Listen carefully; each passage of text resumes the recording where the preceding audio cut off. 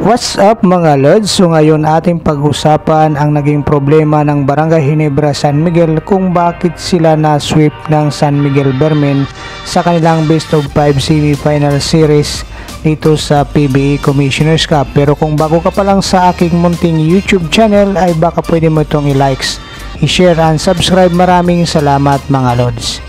So anyway mga Lods, sa laban ng Barangay Ginebra San Miguel at saka San Miguel Vermin semifinals best of 5 series ay kitang-kita nga dito na liyamado sa mga player itong San Miguel Vermin.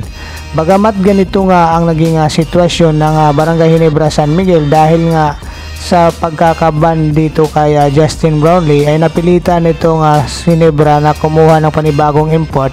Ito nga ay si Tony Bishop. So itong si Tony Bishop ay maganda naman mga Lods ang naging performance dito sa Barangay Ginebra San Miguel. So ang masasabi nga lang natin dito ay talaga nga lang malakas itong San Miguel Vermin para sa Barangay Ginebra sa ngayon. Hindi natin sinasabi na itong Barangay Ginebra San Miguel ay mahina. Nagkataon lang nagkatapat sila dito ng San Miguel Vermin, which is sa tingin nga natin ang arsenal ng San Miguel Vermin sa ngayon ay medyo liyamado pagdating dito sa Barangay Ginebra San Miguel. Isa pa sa nagiging dahilan dito nga mga Lods na nakikita natin ay yung rotation ni Coach Tim Con ay nasa 7 to 8 player nga lang. Marami sa mga player nga niya dito sa Barangay Ginebra San Miguel ang hindi niya nagamit dito sa semifinals, which is nagbibigay nga ito ng mahabang minuto sa mga player at nagiging pagod na nga dito. At ito sa San Miguel Vermin naman, bagamat itong si Terence Romeo lang ang hindi gaanong nakalaro dahil nga sa may injury ito. Ngunit pang malakas nga ito ay baka mahaba rin ang minuto nitong si Terence Romeo. Isa pa dito nga mga Lord na sisirin itong si Christian Stanhardier ng mga netizens dahil patalo nga daw itong si Christian Stanhardier dito sa Barangay Ginebra San Miguel. Matatandaan natin sa game 1, dalawa ang naging lamang ng San Miguel Vermin, 92 to 90. Dito ay si CJ Perez ang naging star player dito, at sa game 2 naman 106 to 96, 10 ang naging kalamangan. Sa game 3 naman 94 to 91, tatlo lang ang naging kalamangan. So ayon nga dito sa report ng spin.ph ni Sir Ruben Tirado, cons, locks at positives in Ginebra 6 seat without Justin Brownlee. So ito yung tinutukoy ni Coach Tim Con na blessing in disguise nga itong pagkakawala din ni Justin Brownlee sa kupunan ng Barangay Ginebra San Miguel, dahil itong kanyang kupunan ay natuto nga wala itong si Justin Brownlee. Dahil alam naman natin na itong si Justin Brownlee nga mga Lods ay mula 2016 pa kasama na ito ng Barangay Ginebra San Miguel. So kung bibilangin nga natin ito mga Lods ay nasa 7 years na ngang kasama ng Barangay Ginebra San Miguel itong si Justin Brownlee. Kaya malaki nga ang impact nitong si Justin Brownlee sa pagkawala nga niya dito sa kupunan ng Barangay Ginebra San Miguel. Alam naman natin kung ano ang kakayahan ng isang Justin Brownlee kahit nga sa mga international game o lalong-lalo na dito sa Barangay Ginebra San Miguel. Yun ang nakikita ni Coach Tim Con na pangungulila nga ng kupunan Barangay Ginebra San Miguel dito kay Justin Brownlee, at bigla ang pagpapalit nga nila ng import. Kaya ito yung nagkakaroon ng struggle itong kanyang kupunang Barangay Ginebra San Miguel. At ayon pa nga dito sa balita ng spin.ph ni Ruben Tirado, itong si Justin Brownlee pa rin ang kanilang go-to guy ayon dito kay Coach Tim Con. Kung mabibigyan nga itong pagkakataon si Justin Brownlee na matapos na ngayong sanction sa kanya ng FIBA regarding doon sa doping test niya, ay sinasabi nga ni Coach Tim Con na itong si Justin Brownlee pa rin ang kanilang nakikinita na magiging kanilang import dito sa Barangay Ginebra San Miguel.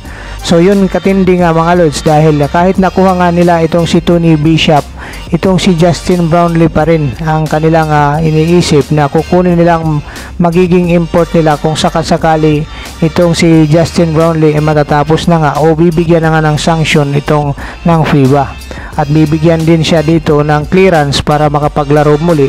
So kukunin pa rin ito ng Barangay Ginebra San Miguel ayon mismo dito kay Coach Tim Con, dahil itong si Justin Brownlee kaya lang naman natigil ito dahil nga sa naglaro nga ito sa Asian Games kung saan ay bumagsak nga siya sa paggamit ng ipinagbabawal na substance.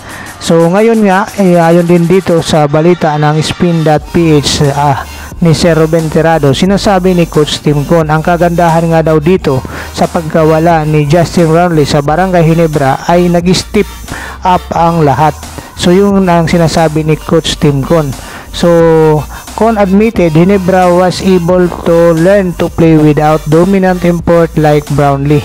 So dito nga sa Philippine Cup, nakikinita nga ni Coach Tim Con na mas lalo pang lalakas itong Barangay Ginebra San Miguel dahil dito sa naging learning experience nila dito sa PBA Commissioner's Cup na wala yung kanilang dominanting import na si Justin Brownlee.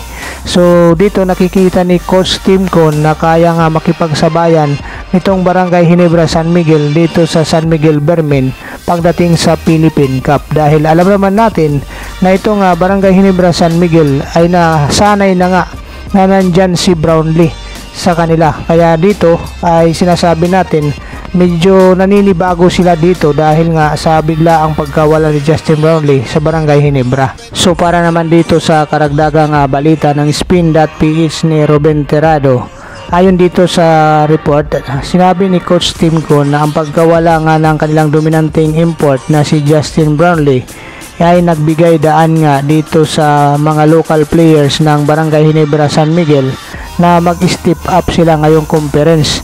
Yun mismo ang sinabi ni Coach Tim Con regarding nga dito sa naging performance ng kanyang mga local players, na naging blessing in disguise din ito para sa kanila dahil napatunayan ni Coach Tim Con na kaya ng kanyang team na makipagsabayan dito sa PBA kahit wala itong si Justin Brownlee, dahil si Justin Brownlee nga ay hindi pa malaman kung hanggang kailan ang naging sanction sa kanya dahil hindi pa nga ito ini-implement, at biglaan nga ang kanilang pagpapalit ng import dito nga ay si Tony Bishop. So kudos naman dito kay Tony Bishop, maganda rin naman ang ginawa niya sa Barangay Ginebra dahil nadala niya ito sa 8-3 win-loss record dito sa elimination. Ang tingin lang natin ay hindi siya nag-fit sa system ng Barangay Ginebra San Miguel at kay Coach Tim Con.